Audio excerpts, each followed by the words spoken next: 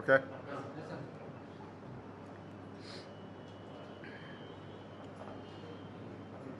ರಾಜ್ಯ ಸರ್ಕಾರ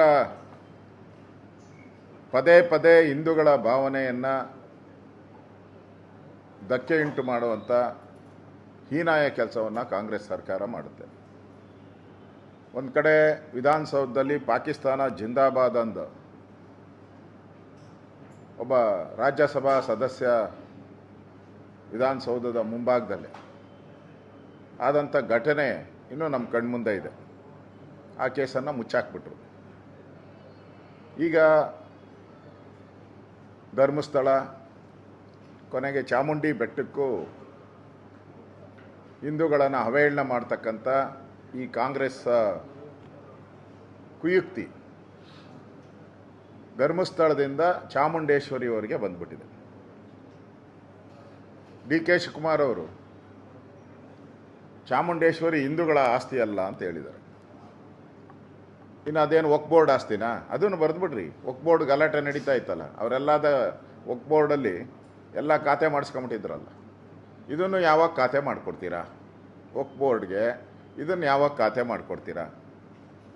ಇದು ಹಿಂದೂಗಳ ಆಸ್ತಿ ಅಲ್ಲ ಅಂದರೆ ಅಲ್ಲಿ ಯಾವಾಗ ಮಸೀದಿ ಕಟ್ತೀರಾ? ಅಲ್ಲಿ ಯಾವಾಗ ಗೋರಿಗಳನ್ನು ಉತ್ಪತ್ತಿ ಮಾಡ್ತೀರಾ? ಈಗ ದತ್ತಪೀಠದಲ್ಲಿ ಉತ್ಪತ್ತಿ ಮಾಡಿದಿರಲ್ಲ ಗೋರಿಗಳನ್ನು,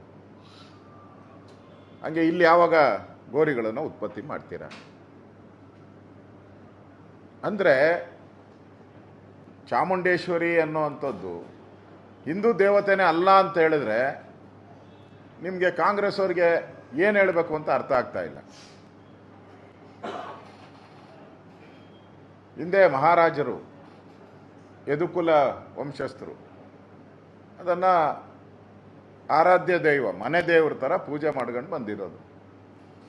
ಅದೊಂದು ಶಕ್ತಿಪೀಠ. ಪ್ರತಿ ದಸರಾದಲ್ಲಿ ಆಯುಧ ಪೂಜೆ ದಿನ ಅಲ್ಲಿ ವಿಶೇಷ ಪೂಜೆನೂ ಕೂಡ ಮಾಡ್ತೀರಿ. ಮಹಿಷಾಸುರ ಮರ್ದಿನಿ ಅಂತ ಹೆಸರು ಕೂಡ ಇದೆ. ಇಷ್ಟಿದ್ರೂ ಕೂಡ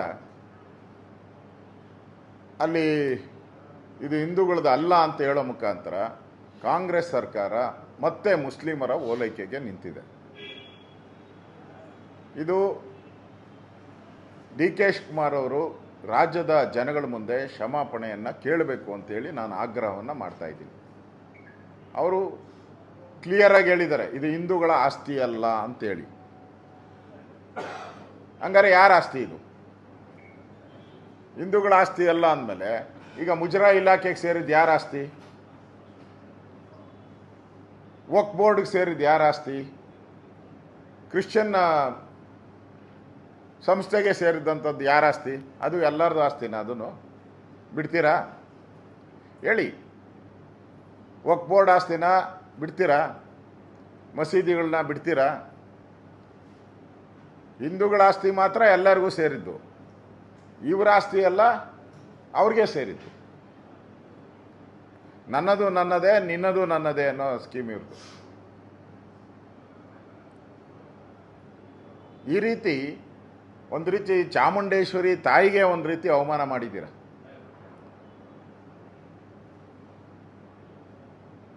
ಇದು ಈ ಥರ ನೀವು ಮುಂದುವರೆದ್ರೆ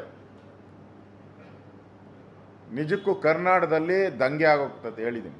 ನೀವು ಚಾಮುಂಡೇಶ್ವರಿನ ಮುಟ್ಟಕ್ಕೆ ಹೋದರೆ, ಚಾಮುಂಡೇಶ್ವರಿಗೆ ಅವಮಾನ ಮಾಡಿದ್ರೆ, ಚಾಮುಂಡೇಶ್ವರಿ ದೇವಾಲಯವನ್ನು ನೀವು ಪರಕೀಯರಿಗೆ ಹಸ್ತಾಂತರ ಮಾಡೋಕ್ಕೆ ಹೋದರೆ ಈ ಕರ್ನಾಟಕದಲ್ಲಿ ದಂಗೆ ಎದ್ದೋಗ್ತದೆ. ಸಾವಿರಾರು ಜನ, ಕೋಟ್ಯಾಂತರ ಜನ ಭಕ್ತರಿದ್ದಾರೆ. ಅವರ ಭಾವನೆಗಳಿಗೆ ಘಾಸಿ ಮಾಡ್ತಾ ಇದ್ದೀರಾ. ನಿಮ್ಮ ಮಾತನ್ನು ಕೂಡಲೇ ವಾಪಸ್ ಪಡಿಬೇಕು, ರಾಜ್ಯದ ಜನಗಳ ಮುಂದೆ ಕ್ಷಮಾಪಣೆಯನ್ನು ಕೇಳಬೇಕು ಅಂತೇಳಿ ಆಗ್ರಹವನ್ನು ಮಾಡ್ತಾ ಇದ್ದೀನಿ. ಮೈಸೂರು ದಸರಾ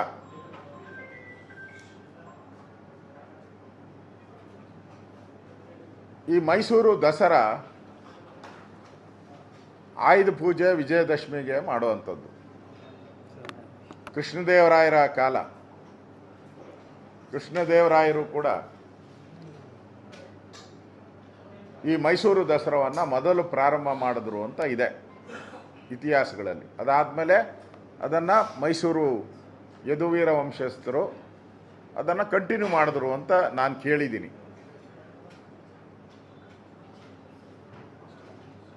ಮೈಸೂರು ವಿಜಯನಗರ ಸಾಮ್ರಾಜ್ಯವನ್ನು ಹಾಳು ಮಾಡಿದವರು ಯಾರು? ಅಲ್ಲಿರೋ ದೇವಸ್ಥಾನಗಳನ್ನು ಒಡೆದಾಕ್ದವ್ರು ಯಾರು? ಅಲ್ಲಿರೋಂಥ ನರಸಿಂಹ ಸ್ವಾಮಿ ದೇವಸ್ಥಾನವನ್ನು ಹಾಳು ಮಾಡಿದವ್ರು ಯಾರು? ಹಂಪೆಯನ್ನು ಹಾಳು ಹಂಪೆ ಮಾಡಿದವ್ರು ಯಾರು? ಇದೇ ದಾಳಿ ಮಾಡಿದಂಥ ಮುಸಲ್ಮಾನ್ ದೊರೆಗಳು, ಈ ದೇಶವನ್ನು ಲೂಟಿ ಹೊಡೆದಂಥವರು, ಅವರು ಹಾಳು ಮಾಡಿದ್ದು. ಅದೇ ದಸರಾನ ಇವಾಗ ಇಲ್ಲಿ ಕಂಟಿನ್ಯೂ ಮಾಡಿದ್ದಾರೆ. ಅದು ಆ ಸಾಮ್ರಾಜ್ಯ ಮುಗಿದೋದ್ಮೇಲೆ ಇಲ್ಲಿಗೆ ಬಂದಿದ್ದಾರೆ.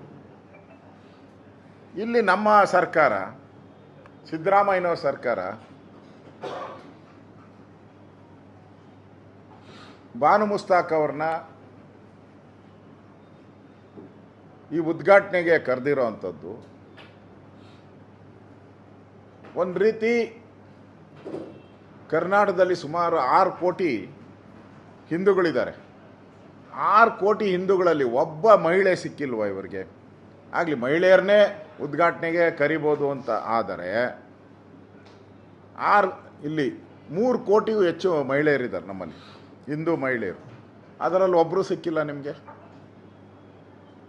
ಒಬ್ಬರು ಸಿಕ್ಕಿಲ್ಲ. ಒಬ್ಬ ಕವಿ ಸಿಕ್ಕಿಲ್ಲ, ಒಬ್ಬ ಸಾಹಿತಿ ಸಿಕ್ಕಿಲ್ಲ, ಒಬ್ಬ ದೇಶ ಪ್ರೇಮಿ ಸಿಕ್ಕಿಲ್ಲ ನಿಮಗೆ. ಈ ಅಮ್ಮನ್ನೇ ಹಿಡ್ಕೊಂಬರ್ಬೇಕಾಯ್ತ?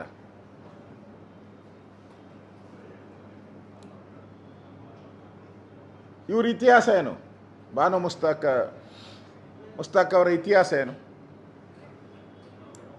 ಅವರು ಕನ್ನಡ ದೇವಿಯನ್ನು ದೇವರು ಮಾಡಿಬಿಟ್ರಂತೆ. ನಾವು ನಾಚಿಕೆ ಆಗಬೇಕಲ್ಲ ನಿಮಗೆ? ಅದೇ ದೇವಿಯನ್ನು ಇಲ್ಲಿ ಏನು ಎಷ್ಟಡಿ, 100 ಅಡಿನೋ ಏನೋ ಕನ್ನಡ ರಾಜರಾಜೇಶ್ವರಿ ಇಲ್ಲಿ ಮಾಡ್ತಾ ಇದ್ದೀರಲ್ಲ, ಭುವನೇಶ್ವರಿ, ರಾಜರಾಜೇಶ್ವರಿ ಭುವನೇಶ್ವರಿ ತಾಯಿ ಪ್ರತಿಮೆಯನ್ನು ಸ್ಥಾಪನೆ ಮಾಡ್ತಾ ಇದ್ದಾರೆ ರಾಜ್ಯ ಸರ್ಕಾರ. ಕೋಟ್ಯಾಂತರ ರೂಪಾಯಿ ಖರ್ಚು ಮಾಡಿ, ನೀವು ಕೋಟ್ಯಾಂತರ ರೂಪಾಯಿ ಖರ್ಚು ಮಾಡಿ ಭುವನೇಶ್ವರಿಯ ವಿಗ್ರಹವನ್ನು ಇಲ್ಲಿ ಮಾಡ್ತಾ ಇದ್ದೀರಾ. ಅದೇ ವಿಗ್ರಹದ ಬಗ್ಗೆ ಈ ಅಮ್ಮ ಕಾಮೆಂಟ್ ಮಾಡ್ತಾಳೆ. ಕನ್ನಡವನ್ನು ಭುವನೇಶ್ವರಿ ಮಾಡಿಬಿಟ್ರಂತೆ. ಇನ್ನೇನು ಪಾಕಿಸ್ತಾನಿ ಮಾಡಬೇಕಾಯ್ತಾ? ಪಾಕಿಸ್ತಾನಿ ದೇವ್ರು ಮಾಡಬೇಕಾಯ್ತಾ? ನಾವು ಭುವನೇಶ್ವರಿನೇ, ಕನ್ನಡ ತಾಯಿ ಭುವನೇಶ್ವರಿನೇ, ಭಾರತ ತಾಯಿ ಭಾರತ ಮಾತೇನೆ. ನಾನಲ್ಲ, ಕೋಟ್ಯಾಂತರ ಜನ ಈ ದೇಶದಲ್ಲಿರೋರೆಲ್ಲರೂ ಕೂಡ ಆರಾಧಿಸ್ತಕ್ಕಂಥದ್ದು ಕರ್ನಾಟಕದಲ್ಲಿ ಭುವನೇಶ್ವರಿಗೆ ಪೂಜೆ ಆದಮೇಲೆ ಕನ್ನಡದ ರಥವನ್ನು ನವೆಂಬರ್ 1ನೇ ತಾರೀಕು ಹೊರಡುವಂಥದ್ದು. ಅದಕ್ಕೆ ಅರ್ಶಿನ ಕುಂಕುಮ ಹಚ್ಬಿಟ್ರಂತೆ. ಇನ್ನೇನು ಹಚ್ಬೇಕಾಯ್ತು? ಸಂಟು ಹೊಡಿಬೇಕಾಯ್ತಾ? ಸಾಬ್ರು ಸಂಟು ಹೊಡ್ಕೊಂತಾರಲ್ಲ, ಅದೇನೋ ಹತ್ತರ ಹತ್ತರ ಹೊಡ್ಕೊಬೇಕಾಯ್ತು. ಅದನ್ನು ಅರ್ಶಿನ ಕುಂಕುಮನೇ ಹಾಕೋದು, ಹತ್ತರಲ್ಲ ಹೊಡೆಯೋದು ನಾವು. ಅದನ್ನು ಕಂಡಮ್ ಮಾಡ್ತೀರಾ? ಅರ್ಶಿನ ಕುಂಕುಮನ ಕಂಡಮ್ ಮಾಡ್ತೀರಾ? ಮತ್ತು ಭುವನೇಶ್ವರಿ ತಾಯಿಯನ್ನು ಕಂಡಮ್ ಮಾಡ್ತೀರಾ? ನೀವು ಇಲ್ಲಿ ಆಯುಧ ಪೂಜೆಯ ಉದ್ಘಾಟನೆ, ಆಯುಧ ಪೂಜೆಗೆ